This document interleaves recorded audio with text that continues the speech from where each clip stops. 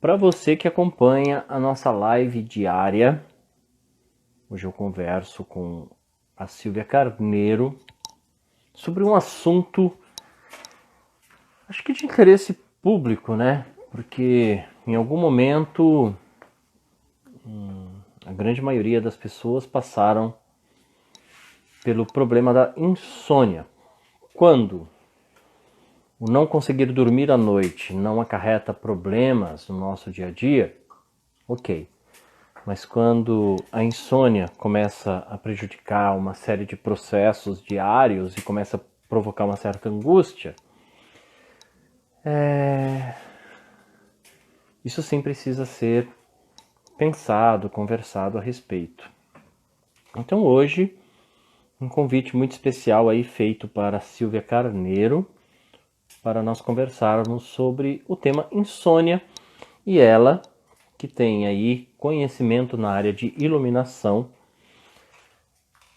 vai falar para a gente como que essa questão, né, da luz pode influenciar no nosso sono ou também nos deixar um pouco dispersos na hora em que vamos dormir. Então,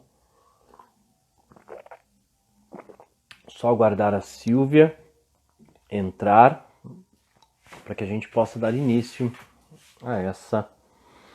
a esse bate-papo. A Silvia já entrou, enquanto isso as pessoas vão entrando e a gente vai começar então esse diálogo sobre insônia. Vamos esperar a Silvia aceitar o nosso convite. Oi, Edu, tudo bem? Oi, Como é que tudo vai? bom, A Silvia? Luísa falou que ia deixar a gente falar, mas ela está aqui super curiosa. Mas Que tudo bem. linda. Ela faz uns comentários, ela participa um pouco da conversa, mas ela é boazinha. Então vamos lá, vamos ao que interessa. Tá Tudo bem com você, convidada. Edu? Tudo bom, Silvia?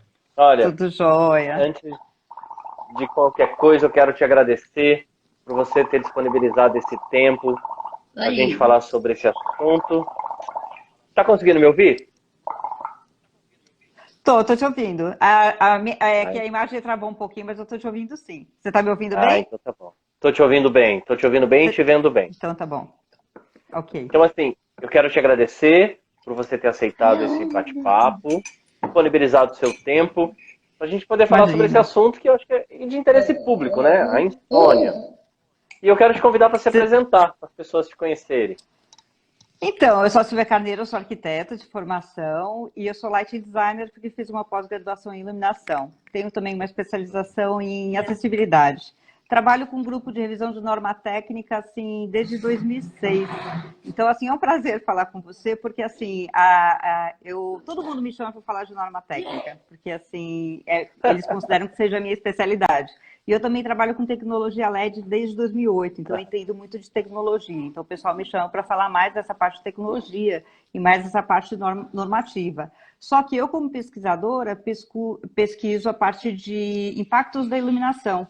Porque a Uhum. gente acha que iluminação tem um lado positivo, tanto que eu trabalho com iluminação, eu sou iluminadora, mas tem impactos negativos. Então, desde 2008, eu venho pesquisar os impactos que a luz causa tanto no ser humano e depois eu fui evoluindo na pesquisa, porque eu fui abrindo outras hipóteses, né? E hoje, atualmente, eu pesquiso sobre sistema visual animal e o impacto que a luz causa nos animais.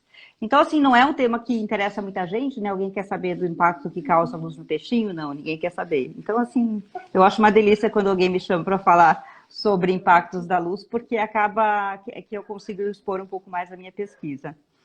Essa pesquisa eu Olha, comecei Fala, pode perguntar. não pode falar, depois eu falo. Eu comecei em 2008 e até na época que eu fiz a pesquisa, foi na época que eu estava fazendo a pós-graduação, a pessoa que me orientou falou assim, é tão esotérica essa tese toda, porque talvez na época ela achou que era, mas assim, eu estava pesquisando muito e pesquisando sério, porque eu li muito artigo. E tanto que ela me deu nota 7, eu fiquei puta, assim, porque eu fiz um trabalho super rechonchudo. E no final, em 2017, o pessoal que pesquisou, né, que fez essa pesquisa sobre o ciclo circadiano, que é o que a gente vai falar hoje, Eles pesquisaram em 84, anos 80. Então, na época que eles fizeram a pesquisa, era muito empírica e eles não tinham ainda a comprovação do sistema visual humano de que existia um fotorreceptor que era não visual que cuidava desse disparo, né, do ciclo circadiano. E foi comprovada que esses fotorreceptores realmente existem e eles ganharam o Prêmio Nobel de Medicina em 2017, reconhecida a pesquisa que eles fizeram nos anos 80. Então, a pesquisa não era nada esotérica e foi super bacana, tanto que eu publiquei ela em 2011 e venho defendendo essa questão dos impactos da iluminação. Porque até tem alguns profissionais que acham que eu falar que luz artificial faz mal é ruim porque a gente trabalha com iluminação. Mas não é porque a iluminação é ruim que a gente vai deixar de usar. A gente não vai deixar de usar porque a gente precisa. Mas se a gente souber que faz mal, talvez a gente saiba dosar melhor, entendeu? Então, olha, pelo que você está me falando, a questão da iluminação de um ambiente estabelece uma relação direta com a qualidade de vida. Sim, porque assim, se você pensa do ponto de vista do ser humano, a gente é um ser, a gente é um animal, correto? Dentro do nosso sistema de evolução, não existia luz artificial. Então, a gente tem um ciclo claro e um ciclo escuro, que é chamado ciclo circadiano. Metade desse ciclo, pelo menos aqui no Brasil, metade desse ciclo é noite. Antes de existir a iluminação, a luz elétrica, nesse período noturno, todo mundo ia dormir, porque não tinha o que fazer, porque você não enxergava. Uma vela, por exemplo, ela tem um fluxo luminoso de 12 lumens. Uma lâmpada dessas que a gente usa, que são de boa qualidade, vão dar um fluxo aí de 1.100 lumens, mais ou menos. Então, é como se fosse 100 velas. Então, quem que em casa ia ficar acendendo 100 velas? Só gente muito rica, castelo, lugares muito grandes. E vela era caro até, né? Antigamente, porque ela era feita com cera de abelha. Então, a partir de 1930, mais ou menos, que a luz elétrica se tornou uma coisa popular, a gente começou a iluminar tudo e para todo lado.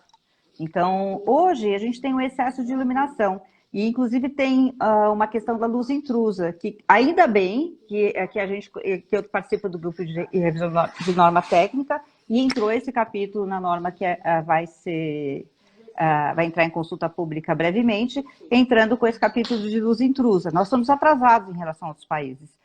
Por exemplo, saiu uma pesquisa na Espanha, em 2017, mapeando os casos de câncer da mama e próstata com a iluminação artificial. Então, lugares onde você tem uma janela que entra a luz, você não vai dormir direito. Porque o que acontece? A gente tem um sistema fotorreceptor no olho que ele é responsável pela visão. Então, a gente é tricromata. Temos fotorreceptores vermelho, verde e azul. Temos os bastonetes, que eles são sensíveis à quantidade de luz que entra. Então, que seria a nossa visão noturna. E a gente tem um fotorreceptor chamado melanopsina, que ele é responsável simplesmente para entender se é dia ou se é noite. E ele é calibrado pela luz azul. Isso explico até por quê. Porque o céu é azul. Então, quando ele identifica aquela matiz da luz azul, isso atinge esse fotorreceptor e ele manda uma informação para o cérebro de que é dia. E seu corpo passa a produzir os hormônios do dia. Quando anoitece e existe a supressão da luz, o teu corpo passa a produzir um hormônio que é chamado melatonina, que é o hormônio do sono. E a melatonina ela é responsável pela reabilitação do seu organismo. Então, assim, suas células, é como se suas células ficassem cansadas durante o dia e durante a noite a melatonina vem e faz ali uma retificação e um rejuvenescimento no seu organismo. Então, dormir é super importante. As pessoas hoje negligenciam o sono, né? Ninguém vai dormir cedo. Você, por exemplo, que é aquele dia que a gente conversou, você vai dormir de madrugada. Agora você me deixou muito preocupada. Eu vou falar por quê. Ó, eu durmo muito pouco. Tipo, de 3 a 4 horas por dia. Eu durmo, eu escrevo à noite, eu leio à noite, eu faço alguns trabalhos à noite. E assim, e durante o dia eu não tenho sono, né? E de fato, eu sou bastante dinâmico nisso e de vez em quando, assim, eu dou uma cochilada, né? Mas eu ia te perguntar, inclusive, isso, não em relação a essa troca que eu faço. Aliás, eu não faço troca, eu não durmo, Silvia. Mas assim, algumas mães, quando tem um recém-nascido, tem mãe, pai, tem mania de deixar a luz do quarto acesa para a criança dormir. Então isso não é bom. Não, isso é péssimo. Isso é péssimo, porque o que acontece quando você deixa a luz acesa, o organismo fica em estado de vigília. E aí você não entra num sono REM. Porque você tem recordação de que você sonha durante a noite? Tenho. Tem. Porque Quando é o eu durmo, seguinte, quando você quando entra eu, no sono REM, é quando o seu. É uma maneira do seu cérebro enganar o seu corpo da atividade, e é quando você produz a melatonina, o hormônio. Então, se você está entendi. sonhando, é que você está produzindo hormônio. Então, tem gente que tem mais facilidade nesse ciclo, tem gente que tem menos. Mas, assim, de modo geral, a adaptação de quando você recebe luz para você entrar num corpo numa fase de repouso é no mínimo de 2 horas. Então, assim, Uhum. se você, digamos, vai dormir às 3 da manhã para acordar às 5, 3, 4, 5, em 2 horas, você não vai conseguir, talvez, entrar no sono REM e produzir melatonina suficiente para restabelecer seu organismo. Então, assim, por exemplo, na criança, o corpo cresce quando você dorme, né? Porque, assim, é quando Uhum. o trabalho do hormônio da melatonina é super importante no crescimento. É importante no crescimento, é importante na cognição. E tem um agravante na nossa maneira de viver hoje. Que, assim, o LED, ele veio, ele é bom do ponto de vista energético. Então, ele veio para mudar muita coisa. Ele é um eletrônico.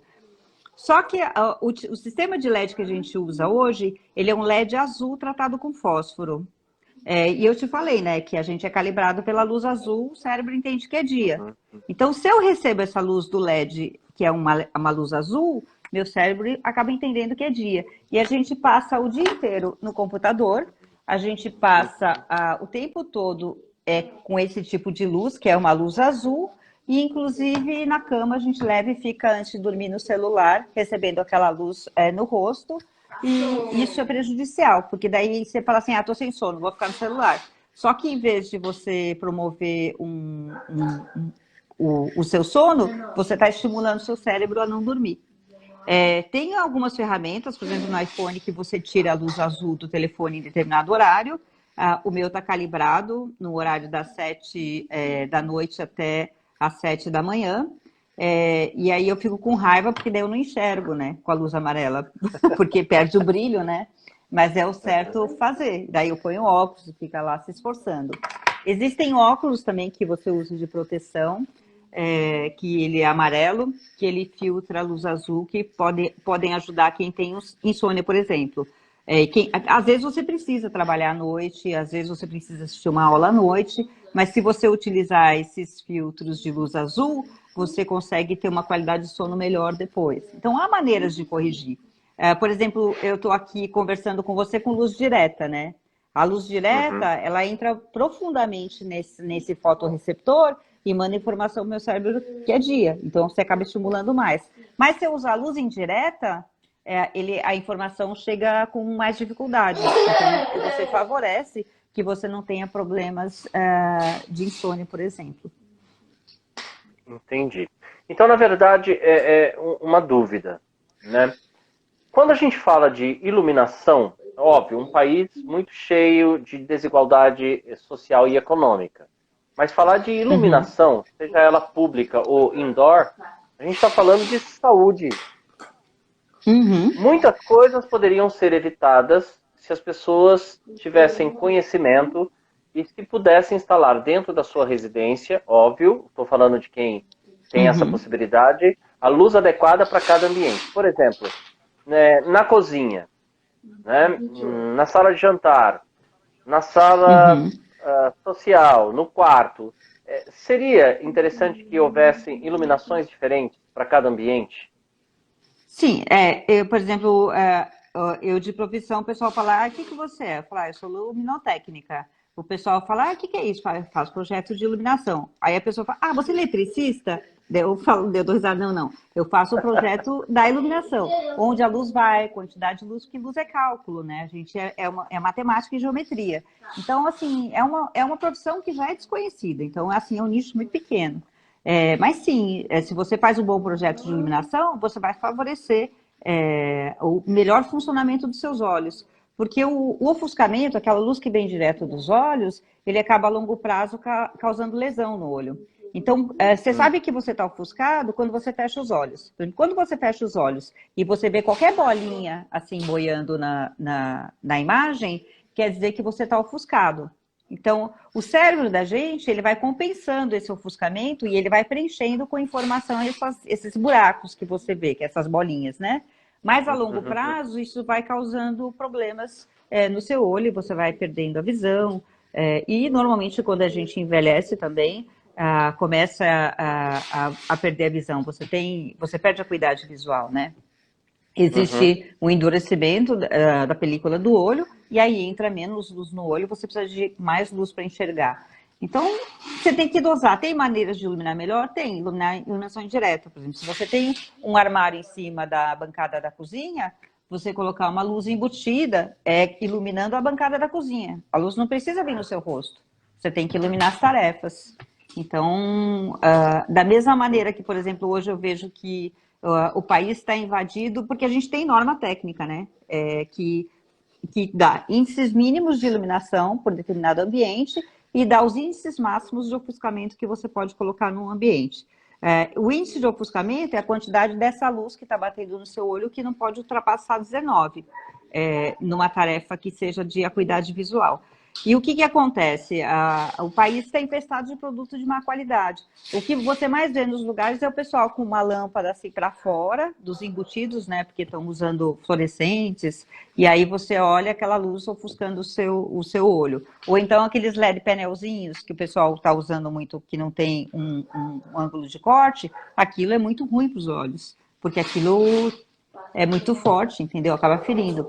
Porque, do ponto de vista técnico de iluminação, a luz boa é aquela que você não vê a fonte. A fonte é a lâmpada, né? Qualquer tipo de fonte. Pode ser uma lâmpada de LED, pode ser qualquer coisa. Então, a luz indireta, ela é muito melhor do que uma luz que causa um ofuscamento. O pessoal tem mania de deixar as lâmpadas aparentes, né? Porque virou moda agora. Dependendo da lâmpada, tudo bem você deixar ela aparente, porque ela tem uma quantidade de luz que não vai ferir seus olhos. Mas tem umas que são muito fortes. As fortes é para você usar com cúpula. Aí o pessoal tira a cúpula e usa aquela luz ferindo os olhos das pessoas. Então tem que tomar um pouco de cuidado com a iluminação, porque o olho da gente é coisa séria, né? Então, você está falando isso, e eu costumo dizer para as pessoas com quem eu faço esses diálogos, que eu viajo, né? E aí, Então. Eu viajo, mas assim, Vamos viajar. ouvindo você falar e pensando que esse conhecimento em relação à luz não é um conhecimento popularizado, né? Então, de fato, nós vamos encontrar poucos especialistas que têm esse conhecimento, assim como você, e que pode fazer uma avaliação de como isso atua em nosso benefício ou prejudicando a nossa saúde. Então, e aí, quando a gente fala... Eu pesquiso sempre, e assim, eu sempre publico minhas pesquisas, porque eu estou tentando entrar no mestrado já desde 2006. a gente falou sobre isso. Então, mas assim, e aí eu faço a pesquisa e aquilo, eu não consigo entrar no mestrado, porque eu preciso USP, porque eu sou duranga, né, não tenho dinheiro, e aí aquilo para mim perde interesse, porque eu já sei. Então eu publico, e assim, e eu tenho um LinkedIn que o pessoal fala que bomba, né, porque todas as minhas pesquisas eu ponho lá abertas no LinkedIn para todo mundo ler. Por quê? Às vezes o pessoal pergunta, você fica mostrando, você dá o conteúdo para todo mundo. Eu falei, gente, primeiro que o conteúdo não é meu. São pesquisas que eu faço simplesmente um apanhado, um artigo científico. Eu pego pesquisa do mundo inteiro, entendeu? E faço um apanhado de informações que alguém já pesquisou e coloco nos meus artigos. Então, assim, eu tenho hipóteses que eu gostaria de fazer pesquisa de fato aqui no Brasil, mas, assim, é muito difícil porque daí eu teria que bancar do meu bolso. Porque eu já fui na indústria, eles não querem investir. Eu acabo fazendo Você faz uma tudo, revisão, né? uma revisão bibliográfica. Faço uma revisão bibliográfica. Mas, assim, dentro de uma hipótese, né? Porque, assim, essas questões, a gente pensa como funciona. Porque funciona, então, o criptocromo por azul, porque o céu é azul. A gente vai pegando as hipóteses, daí eu vou pesquisando as coisas e vou juntando as coisas. Depois que eu pesquisei essa parte do ciclo circadiano, eu resolvi fazer uma outra pós. E aí ela era um pouco mais abrangente de grandes projetos. Então tinha iluminação, mas era um master de arquitetura, tipo para projetar hospital, shopping center, obras maiores. E eu tive iluminação viária, né? Que eu não gosto. Eu participo da norma de revisão de norma técnica da 5101, que a gente chama de iluminação pública, mas, na minha opinião, a gente tem uma norma de iluminação viária, não é pública, porque para mim público é ciclovia, é pedestre, é faixa de pedestre, é uma coisa que vai além do carro. E para mim o carro é nada. Então, eu prefiro iluminar essas outras coisas. E o que eu queria te falar? Porque assim, fala. Esse não conhecimento existente por parte das pessoas em relação à iluminação e o impacto da luz sobre a nossa qualidade de vida, o que eu pensei aqui foi o seguinte: mulheres que trabalham em fábrica de costura, cuja o maquinário, para que elas possam ter uma maior visão do ângulo da costura, tem uma luz direta. Isso é muito comum e eu já na cara dela. Então você tem um foco de luz exatamente onde tem a agulha da costura. Por exemplo, quem trabalha com costura de calça jeans, ela passa 8, aí normalmente são mulheres, óbvio que tem homens que também trabalham na máquina de costura, mas são mulheres, e elas ficam ali, além da luz ambiente, com esse foco contínuo de uma luz na área em que ela vai costurar o bolso da calça jeans, ou então fazer o vinco da calça jeans, mas é uma luz direta na agulha. Isso faz muito mal, então, né? A longo prazo, inclusive, pode provocar perda de acuidade visual. Sim, eu vou até fazer um esquema aqui de desenho, tá? De como tem que ser a luz para ela ser considerada dentro da norma. Porque não pode ficar direto na cara da pessoa. Imagina que isso aqui é uma luminária, tá? Deixa eu ver se a gente consegue ver. Tá vendo? Uhum. Isso aqui é uma cúpula, a luz está aqui dentro. Você não pode visualizar a fonte tem que estar coberta. É o que a norma diz. Então, assim, isso aqui tem um facho de luz que sai aqui embaixo, né? E aí ilumina a tarefa. Mas você não pode deixar a luz na cara da pessoa, porque isso fica fora da norma técnica. Entendi. Então você acabou de falar para mim que exatamente essa sala em que eu estou fazendo a live com você precisa ser alterada, porque a luz está exatamente aberta. Algumas situações são específicas, entendeu? Eu tô falando aqui com você com uma luz na minha cara, que eu sei que causa um ofuscamento e assim tem uma adaptação. Eu uso um filtro, mas assim isso faz um pouco mal para o meu olho. Então, assim, eu tô consciente disso. Agora, tem gente que faz sem saber que isso faz mal, entendeu? Porque, então, assim, tem pessoas que acabam. Você me viu sem a luz mais cedo, né? A gente já começou sem luz. Sim. A luz, ela embeleza, entendeu? Ela dá uma valorizada. Então, assim, se você sabe onde colocar a luz tem camadas. Então, se você ilumina bem, fica mais bonito. E a pessoa fala assim, aquele painel que você usa é tão bonito. Eu falei, gente, não é painel, é livro de verdade, tá? Eu provo. Aqui também. Aqui também, né? Silvia, tem alguma luz, por exemplo, luz é radiação. Luz é radiação. Tem algum tipo de luz que exige o uso, por exemplo, de protetor? Ou não? Não é necessário? Da mesma forma que você usa uma proteção UVA, UV contra o sol, é necessário usar algum tipo de protetor? Então, ou não? até o UVA e o UVB são bons, entendeu? Em determinados momentos. Porque o que acontece? A gente evolui do sol. Então, assim, a gente produz hormônios com a luz do sol. Então, se a gente não produz bem os hormônios do dia, você prejudica a produção da melatonina durante a noite. A pele da gente tem fotorreceptor também. Então, através da melamina da pele, eu produzo, por exemplo, a vitamina D, que é um hormônio. A gente chama de vitamina, mas ele é um hormônio. A serotonina, digamos que todo dia você fosse correr de manhã durante 1 hora no sol, com pouca roupa, porque você precisa tomar sol no corpo, entendeu? Passa protetor solar no rosto e nas mãos, que é para não envelhecer. Mas, assim, protetor solar no corpo todo, você acaba impedindo, bloqueando a produção de alguns hormônios, e um deles é a vitamina D, que é super importante no organismo. Acaba que a gente faz o contrário, a gente fica o dia inteiro no escuro, porque assim, iluminação artificial, se você pensar do ponto de vista técnico, aqui eu estou trabalhando com 1.500 lux, que é para poder filmar, senão você não consegue filmar. Mas numa área de trabalho normal de escrita, é 500 lux.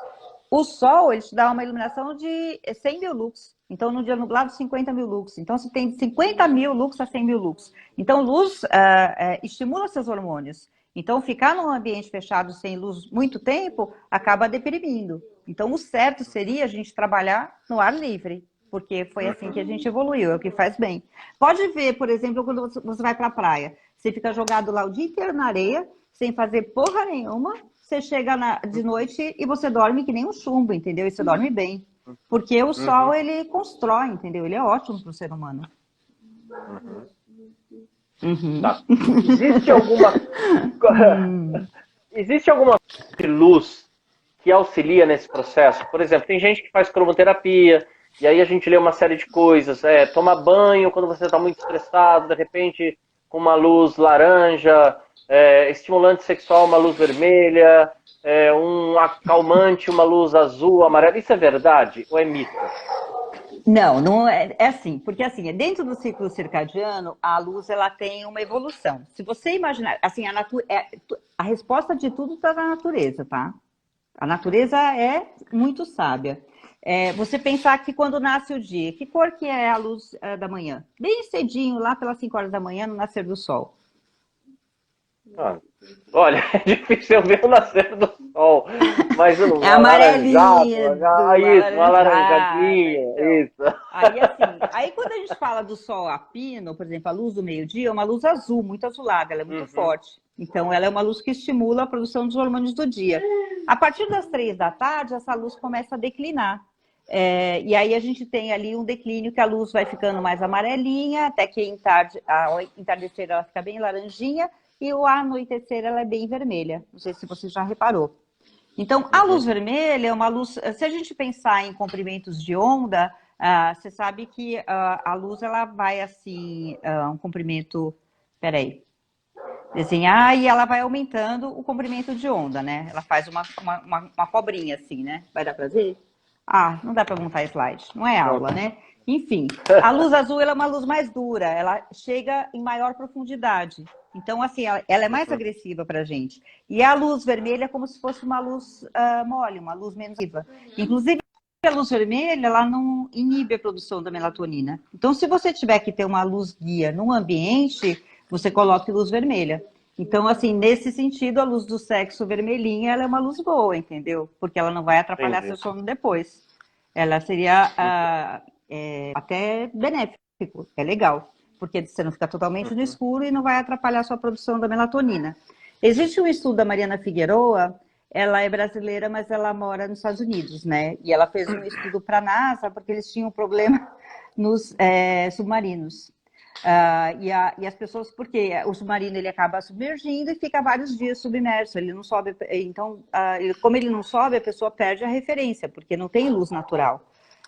E ela desenvolveu um sistema circadiano, onde na primeira parte da manhã, então eles estipulavam os horários, da primeira parte da manhã as pessoas recebiam a luz azul, porque o azul ele acaba estimulando a produção dos hormônios do dia. E depois, ao cair da tarde, isso ia mudando a temperatura de cor até ficar vermelha, e durante a noite a luz do submarino é vermelha. Esse tipo de luz foi utilizado também com pacientes de Alzheimer, porque daí quando a pessoa não consegue sair da cama, eles dão esse banho de luz azul no período da manhã. Mas é no período da manhã, não à noite. Se você der banho de luz à noite, azul, acontece que você acaba tendo um efeito que teu cérebro entende que é dia, e aí você acaba debilitando a sua produção da melatonina. Tá, olha, eu tenho uma proximidade muito grande com a questão da realidade das pessoas surdas, e uma das coisas que eu sempre explico para as pessoas que são ouvintes é o fenômeno que acontece quando nós vamos, por exemplo, numa balada, e nós temos então, né, a célula ciliar, que é uma célula que fica se movimentando o tempo todo dentro do nosso ouvido, cuja função é transformar a vibração do ar em sinal elétrico e enviar isso para o cérebro e transformar isso naquilo que a gente chama de linguagem, em som. Né? E quando a gente vai para uma balada, a gente hiperestimula essa célula ciliar. Quando saímos da balada, essa célula ciliar ela foi tão hiperestimulada que ela continua em movimento. É quando a gente tem aquele zumbido. A gente para de ouvir o som alto, mas o ouvido fica... E na medida em que isso vai acontecendo, né, células ciliares elas vão morrendo, que pode levar a pessoa a ter uma perda auditiva ao longo da vida. O que eu quero saber? Na balada, você também tem uma profusão de cores, né? Azul, verde, amarelo, aí acende outra lâmpada de outra cor, e vai e volta, o estroboscópio vai e joga aquela iluminação branca. Isso também tem um efeito prejudicial para a nossa visão, para a pele, para a gente, ou não? Ai, olha, eu acho assim, eu prefiro dizer que eu não sei, porque é uma coisa que eu nunca pesquisei, e assim, eu pouco fui na balada, né, porque a pessoa foi muito na escola, aí não deu para ir na balada. E eu não sei te dizer isso, mas assim, estímulo da luz, dependendo da cor da luz. Se for luz azul à noite, é ruim. Se for luz vermelha à noite, não é ruim. E a gente tem algumas ligações sinestésicas, né? Tem gente, por exemplo, quando ouve som, tem estímulo de cor. Não sei, tem tanta coisa que a gente... Parece que quanto mais a gente estuda, menos a gente sabe, né? Eu já sou curiosa, você vem com uma pergunta aí, que agora eu vou ficar pensando na coisa.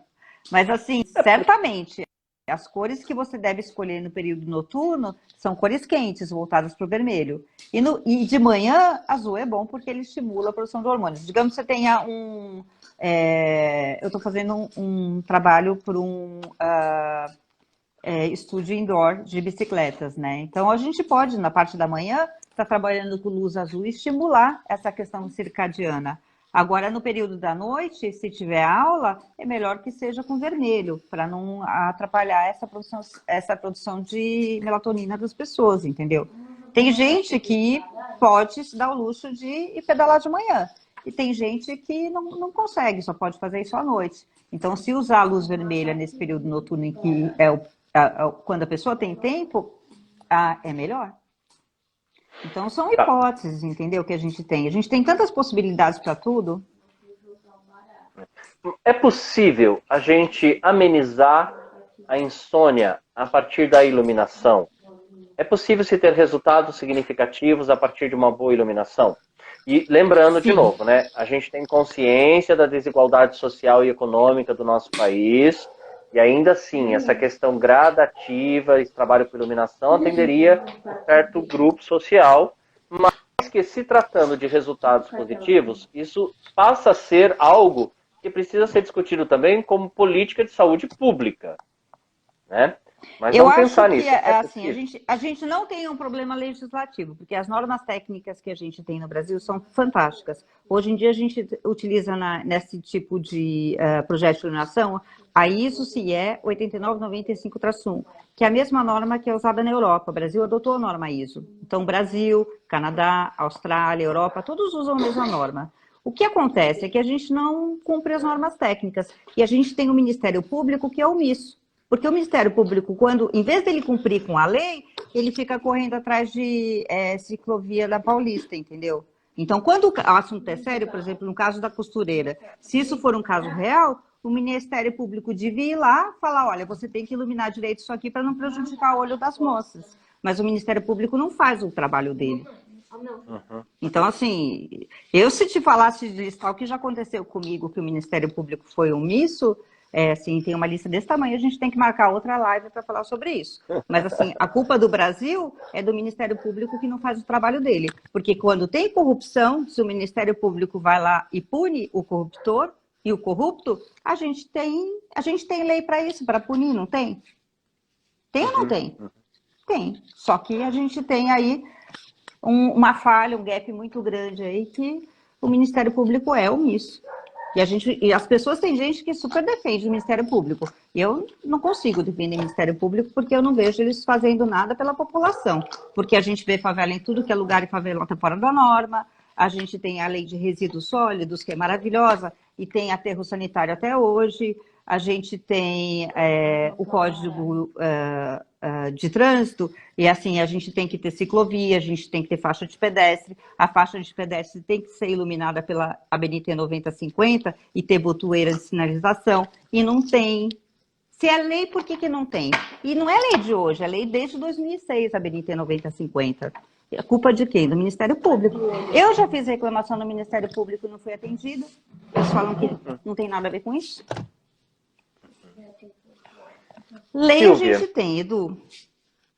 então, mas você sabe que esses dias eu comentei aqui em casa que me preocupou muito, e são coisas, quando a gente trabalha com conhecimento técnico da questão, e a gente tem a vivência, a gente enxerga coisas que muitas vezes passa despercebido por outras pessoas. Por exemplo, aqui onde eu moro, na Vila Ré, na entrada do metrô, existe o piso tátil de orientação para pessoas cegas. Uhum. Mas logo na entrada do metrô, o piso tátil orienta a pessoa cega para o corrimão. O piso tátil não leva a pessoa cega até a catraca. E foi algo que me preocupou muito, porque principalmente, em tempos comuns, isso já é uma falta de higiene. Entende? Uhum. Porque se eu sou cego, necessariamente eu não sou obrigado a me guiar por um corrimão que todo mundo coloca a mão. Em tempos de Covid-19, isolamento social, como que eu vou a um metrô, né? Me guio pelo piso tátil, e aí esse piso tátil me leva até o corrimão e eu sou obrigado a me guiar pelo corrimão caso eu não queira pedir o auxílio de alguém. É extremamente anti-higiênico. Essa questão... Então, o corrimão, ele tem uma função, né? Porque, assim, eu vejo que às vezes o pessoal deixa de colocar corrimão em obra. Mas, por exemplo, quando você perde equilíbrio, o corrimão é a única coisa que garante que você não vá sofrer uma queda. E uma queda de escada é uma queda perigosa, entendeu? Ela tem muita fratura. Então, o corrimão é necessário para todo mundo. Eu, quando subo uma escada, devo segurar no corrimão. Então, assim, essa questão do corrimão, a gente tem um problema que talvez a pessoa que anda de metrô vai ter que usar uma luva e depois ela retira a luva. E a melhor luva, talvez, para se usar nessas condições é aquela luva de algodão, sabe a luva do mordomo? A pessoa vai lá, compra, sei lá, uma dúzia dessa luva de mordomo. Se ela sabe que ela vai ter que se guiar no corrimão, ela veste aquela luva, passou do corrimão, ela tira aquela luva e põe para lavar depois. Porque não tem jeito. Ou então é a questão do álcool gel mesmo. Mas seria, por exemplo, se a pessoa ela é vidente, ela enxerga, né, essa é uma opção, se orientar pelo corrimão. Se a pessoa é cega e o piso tátil a conduz para o corrimão, aí eu tiro dela a autonomia, a escolha, o direito de escolha, e ela tem que passar por esse processo. E nem todas as pessoas... Pode falar. Deixa eu ver se eu deixei um negócio ligado aqui. Um minutinho só. Tá bom. Que está batendo um papo aqui sobre, né, iluminação. A Silvia Carneiro, ela é especialista em iluminação de ambientes. E a gente está falando não somente da insônia, mas da importância da iluminação na nossa qualidade de vida. Eu botei um difusor novo no refletor e ele esquentou um pouco e está com um cheirinho meio de queimadinho assim, mas não é nada grave, não. Então, e aí... A pessoa com elétrica... A gente tira essa autonomia da pessoa cega. E óbvio, né? Nem todas as pessoas terão condições financeiras de comprar a luva para manter a sua higiene. Então, é um descaso mesmo do poder público, porque se você se propõe a colocar o piso tátil, esse piso tátil ele tem que dar autonomia para a pessoa. Por que eu estou falando isso? Porque daí são coisas que eu vejo e que muitas vezes pessoas que não têm esse conhecimento técnico não veem. Você... né, com esse conhecimento que você tem sobre iluminação, é meio que no automático, você bate o olho e fala, essa luz está errada, não foi bem colocada, essa luz não funciona ali. Eu tenho formação em acessibilidade também, eu bato o olho em tudo e eu vejo tudo fora da norma. Porque, assim, a questão do metrô, por exemplo, o elevador é obrigatório. Então, assim, essa pessoa, esse cego, por exemplo, não precisaria ir para o corrimão, não precisaria pegar essa escada, ele deveria ir para o elevador. Aí o elevador é uma coisa bem mais tranquila, por exemplo. Hoje a gente tem tecnologia que pode ter comando de voz. Ele poderia acionar um elevador por comando de voz, entendeu? Isso chama automação, isso existe. Então, é uma coisa super simples. A gente poderia estar ajudando as pessoas com algum tipo de deficiência com tecnologias. Brasil é um país de commodities, é muito pobre. Eles têm dinheiro, mas só têm dinheiro para bobagem, só para futilidades, e a gente poderia ser muito mais do que a gente é hoje. Agora, a questão do elevador é obrigatória. Eu tenho uma filha deficiente, né? E ela tem uma amiguinha, muito amiga dela desde pequenininha, que tem muita dificuldade de locomoção. E às vezes a gente vai passear juntas, eu tenho que pedir para ligar o elevador para a gente poder utilizar o elevador e o pessoal fica fazendo corpo mole.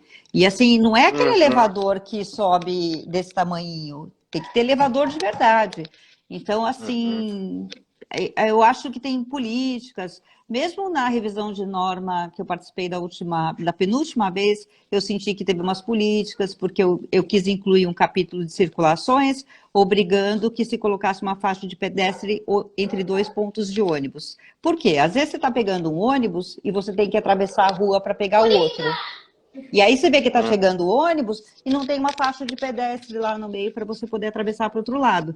Eu escrevi esse capítulo, eu coloquei ele em lei, eu incluí o capítulo na norma técnica, a gente discutiu ele em plenária, e quando chegou na hora de ir para a consulta pública, a pessoa que estava cuidando da norma tirou o capítulo. Por quê? Porque fica caro você colocar uma faixa de pedestre entre 2 pontos de ônibus, porque a prefeitura não quer ter esse trabalho. Só que para o cara que morre atropelado, quem que vai depois fazer essa reparação? Então, assim, tem muita política envolvida e política ruim, né? É uma coisa que... Eu falo um pouco coisas talvez que eu não devia falar, que o pessoal me dá bronca sempre, entendeu? Mas a verdade, eu acho que assim, expor o pensamento é libertador, né? Eu acho que a gente não pode trabalhar com a cultura do medo, do receio, porque na medida em que a gente tem o conhecimento e pode expor isso, a gente, de uma certa forma, não somente faz denúncia, como a gente também permite que as pessoas reflitam com a gente a partir de uma questão posta. Sabe o que eu ia te perguntar? Você falou sobre essa questão da faixa de pedestre. A luz, ela não só é uma radiação, mas ela também reflete. Então, as cores que eu trabalho em locais públicos muda esse processo de reflexão da luz? Por exemplo, se eu faço uma faixa branca, amarela, vermelha, azul, isso altera a reflexão da luz? Altera, porque assim, a luz, você não enxerga a luz é invisível, né? Você só enxerga a luz através da reflexão. Então, assim, fonte da luz, ela é ruim, ela é uma fonte de ofuscamento, ela machuca seu olho. A luz mesmo, você não vê, ela é invisível. Você só consegue perceber a luz através da reflexão. Então, ela tem que incidir numa superfície para você poder enxergar. Então, a faixa de pedestre deveria ter uma cor diferenciada do asfalto, para ter um destaque maior. Então, lá fora a gente tem normas de zebra crossing, né, como eles chamam lá fora. Aqui no Brasil, assim, é meio bagunçado. A gente deveria ter um plano diretor de iluminação. São Paulo, até hoje, assim, eu não consegui achar o plano diretor de iluminação, porque fica aquela coisa que vai e volta e eles não definem. Porque se você imaginar, se você pegar uma cidade como Londres, por exemplo, quem fez o plano diretor de iluminação de Londres foi Norman Foster. A arquitetura vai falar, uau, Norman Foster fez o plano de iluminação de Londres. Falei, pois é, e aqui no Brasil você nem tem o plano vai acabar minha bateria. Deixa eu ligar aqui. Eu esqueci de ligar. Ele está avisando que vai acabar a bateria. Então, aqui no Brasil, a gente nem tem o plano diretor de iluminação. Deveria ter, entendeu? Devia ser obrigatório.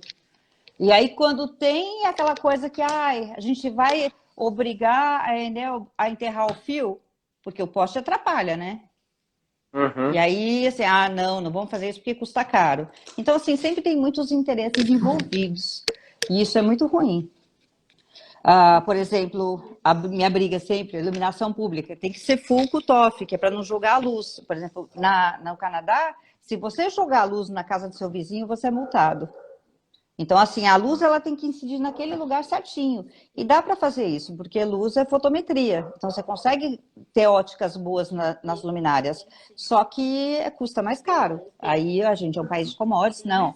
A norma é para a Europa, aqui no Brasil não, porque aqui vai custar caro. Então, sempre tem Então, mas essa deixa eu te perguntar. desculpa de que, É, custa caro, mas de em que a nível de gente não merece. custa caro, mas em nível de custo-benefício. Custo-benefício a longo prazo. Custa caro mesmo? Ou, na verdade, Não. existiria um proveito, né, e um melhor aproveitamento desse tipo de instalação em locais públicos? É um pouco de preguiça, porque o Brasil não tem desenvolvimento. Então, assim, Brasil, a indústria não investe em design, não investe em tecnologia, não investe em ferramental, e eu não sei explicar por quê, entendeu? Ficam só copiando o que tem lá fora. Aí o empresário acha melhor mandar fabricar na China, porque ele quer ter um lucro maior. Aí, imagina, é o transporte que vem da China, é a mão de obra escrava que vem da China, ou da Índia, porque agora virou mão de obra escrava, virou da China. Então, eu acho que por exemplo, compra pública. Tinha que ser tudo produto nacional dentro da norma técnica. Aí a gente tem norma técnica para quê? A gente tem norma técnica de luminária. Aí vai o governo e compra coisa lá da China. Como é que a gente não produz teste? A gente não produz aparelhos, não produz tomógrafos, tudo vem importado? A gente não tem indústria? A gente não tem emprego? Então, assim, para mim, o governo, não sei, eu acho que eu era presidente melhor do que muita gente que está por aí. Porque, assim, É, ideia a gente tem, né, Edu? Pelo amor de Deus. É meio óbvio que se a gente tiver fortalecer a indústria nacional, a gente vai ter mais emprego. E se a gente investir em tecnologia, a gente cresce. Cresce enquanto cidadão, entendeu? Enquanto benefício público, enquanto qualidade de vida. Porque hoje a gente tem tecnologia para tudo. Ninguém nem precisaria trabalhar se não quisesse, porque assim, o trabalho pesado a máquina faz, só que precisa fabricar a máquina. É ou não é? Não, mas daí não. é, Vamos botar o cara trabalhando, enfiar veneno na terra, muita produção, muita pressa. E para que tanta pressa? Então, é. não faz muito sentido para mim. Mas existe uma certa preguiça moral também de se pensar nessas questões que seriam benéficas para a população de forma geral, né? É um país que ainda não desenvolveu possibilidades de igualdade social. Como pensar em tantas outras instâncias como tecnologia acessível e etc. Então eu penso que é uma certa preguiça moral mesmo, sabe, Silvia? De discutir essas coisas que dariam um retorno para a população, né? Eu, Como nós falamos, custo-benefício, será que seria caro? Talvez não, né? Mas precisaria de um investimento não, não pensando na seria qualidade de caro. vida. Teria que se pensar na qualidade de vida. E muitas vezes não se leva em consideração a qualidade de vida da população. É feito tudo de forma Eu, imediatista e pronto. eu acho que tem uma palavra que traduz o Brasil atual, né? A palavra é inveja, porque assim tem um livro do Eduardo Janetti, né? Aquela série dos Sete Pecados Capitais que tem essa uma introdução maravilhosa, que ele fala que a inveja não é querer as coisas, né? Porque você querer o que o outro tem é a cobiça. Você tem assim aquele sentimento de engrandecimento, você quer o negócio, você ir atrás de alguma coisa. Mas a inveja é não querer o que o outro tenha. Então você simplesmente quer tirar do outro. Então, a única coisa que pode traduzir as atitudes do Brasil é inveja. Porque, assim, Uhum. não quer que o outro tenha, quer que as pessoas sejam paupérrimas, entendeu? Para quê? Então, assim, uma coisa que não se justifica. São coisas Olha, estão doidas. falando aqui. E A nós gente estamos estão falando, falando o quê? nós estamos De falando do Brasil. iluminação? Mas, Quanto a quando se gente trata fala de sobre São São Paulo? Paulo, as coisas estão iguais? Como você vê a cidade? De São Paulo? Ah, olha, eu ando de bicicleta desde criança, né? Porque eu moro perto da USP. Então, assim, eu lembro quando a gente era criança, porque a gente tinha aquela coisa de bairro. Eu, por exemplo, nunca joguei videogame na minha vida. Eu tenho essa cara de bebê. Tá louca, né? Mas assim, eu adoro andar de bicicleta. Então, durante muito tempo andei de bicicleta, inclusive, não sei, talvez vocês não conheçam aquele filme Apocalipse Motorizado, do Thiago, é um documentário. O Saldiva fala no documentário. Então, eu sou uma pessoa assim, que sempre lutou pela mobilidade de bicicleta. E a ciclovia foi uma conquista muito grande, porque assim, quando antigamente eu andava de bicicleta, que eu era criança, a gente no grupo de crianças chegava no Ibirapuera andando de bicicleta e ninguém era atropelado. A gente chegava na USP para brincar de polícia e ladrão de bicicleta e ninguém era atropelado. Só que hoje o trânsito, ele tem uma violência tão grande, cada vez é mais estrutura carroçável e menos estrutura de calçada. Então, a gente não cabe pedestre, bicicleta, todo mundo em cima da calçada. É muito perigoso. Eu acho que evoluiu um pouco a questão das ciclovias, porque a gente tem umas ciclovias onde não tinha. Eu andava muito de bicicleta na ciclovia da Marginal do Rio Pinheiros, que eu amo. O pessoal fala assim, você anda lá com aquele rio. Eu falei, gente, eu sonho com aquele rio despoluído, porque a gente gasta mais de 2 bilhões por ano na despoluição do rio, e ano após ano eu vejo aquele dinheiro evaporar, porque assim eu só vejo merda ali naquele rio, porque ele fede demais. Porém, a paisagem é exuberante. E tá cheio de cotias, né? Tem os bichinhos lá. E assim, é muito bom andar de bicicleta. É maravilhoso. Então, se a gente pudesse se deslocar mais de bicicleta na cidade, seria melhor.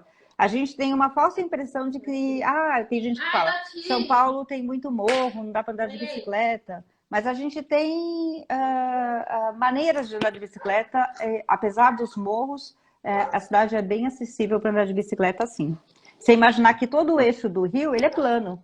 Então, a gente tem um plano como o Faria Lima, a gente tem diversos planos e algumas subidas que daí são difíceis de fazer. Mas poderia se melhorar ainda mais. Por exemplo, Silvia, o metrô. Fale, acabou o nosso tempo, né? pode falar. Senão a gente vai daqui a pouco. Mas eu queria que você falasse do metrô, e aí, logo em seguida, você fizesse suas considerações finais, porque senão o Instagram cai, derruba a gente fica olhando pro teto. A gente vai ter que marcar outra live, porque o metrô, assim, eu lembro que no plano de mobilidade urbana, esse metrô da Vila Madalena, ele tinha a estação Palmaria, a estação Bairi, ele tinha uma estação que eu não me lembro o nome, que era ali perto de onde é o antigo rodeio, agora é um Alô Bebê, e ele ia juntar com a linha Esmeralda. E o que aconteceu? A conclusão era para ser em 2012 e o Estado comeu 4 estações. Onde foi parar a estação comida, entendeu? Eu tenho esse plano em PDF guardado em algum lugar e essas estações sumiram. Então, assim, como que o metrô para de fazer uma obra que estava programada? Eu acho que tem a lei orgânica, essas coisas todas que também não são cumpridas. Eu não sei, Edu. Agora, de iluminação, pessoal, quem tem criança em casa não deixa a luz acesa e luz guia em quarto de bebê é só luz vermelha. Tá? Outro dia, assim, eu atendo bastante aluno que me liga, eu mando artigo, eu ajudo um monte a fazer pesquisa. Aí uma menina que era de design, ela me alugou um tempão, a gente desenvolvendo e conversando sobre essas questões de iluminação, e ela era aluna de design. No final, ela falou, e aí, você fez a luminária? Ela falou, fiz, manda para mim ver. Ela mandou a luminária com luz azul para o quarto do bebê. Eu falei, você fez a luminária com luz azul? Ela falou, eu achei mais bonita por questões estéticas.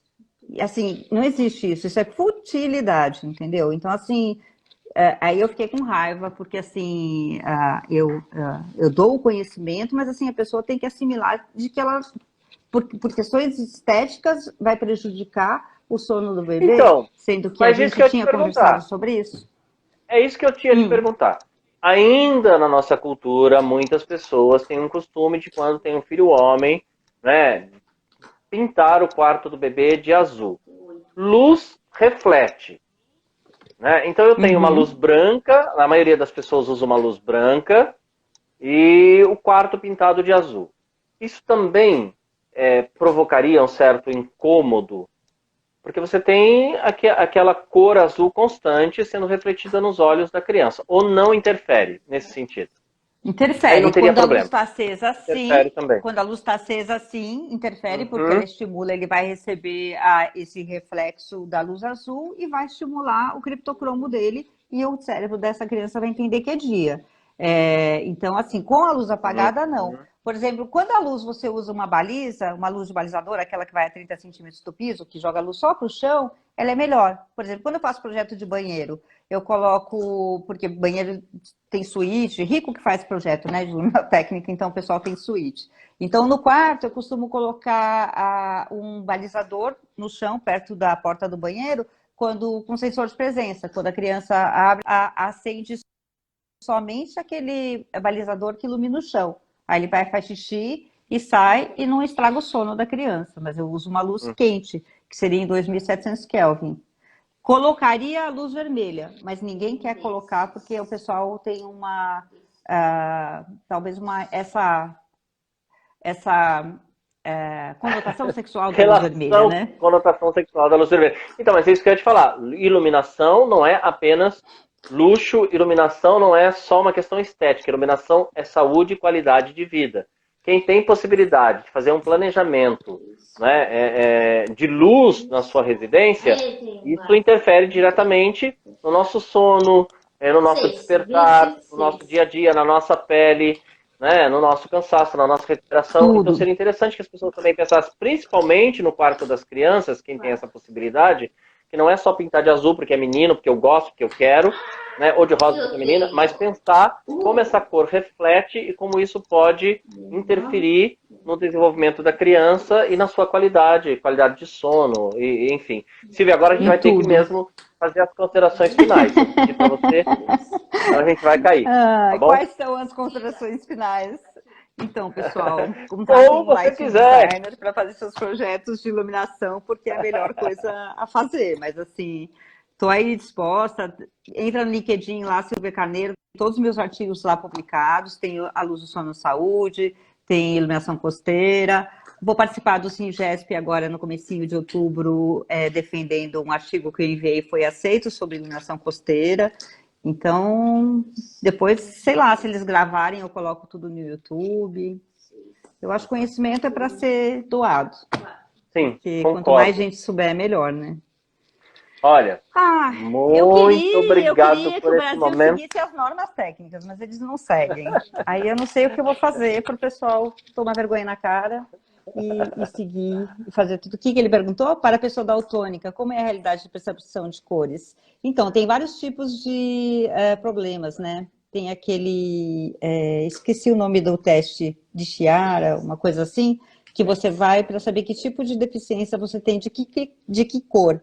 Então, se você fala... Porque nós somos telecromatas, a gente tem 3 fotoreceptores, vermelho, verde e azul. Se um deles dá defeito, você não enxerga aquela cor, porque o fotorreceptor é relacionado àquela cor. Existe também a teoria de que a gente tem algumas pessoas têm 4 fotorreceptores, né, que enxergam melhor o amarelo, daí uma pessoa teria melhor percepção de cores. Mas eu, na verdade, não pesquisei isso a fundo, não sei nem dizer se é lenda urbana ou se é verdade. Eu sei que as pessoas com deficiência visual, elas se orientam melhor, por isso que o piso tátil é em amarelo. Ó, beijo no seu coração, sinta-se abraçada, e até o nosso bate-papo. Para vocês também. Muito bom. E obrigado para todo mundo. Beijo. Amei. Valeu. Também, gostei muito. Obrigada. Vou marcar uma próxima. Me marca depois. Me marca no vídeo e me manda pelo direct. Manda, sim. Beijo.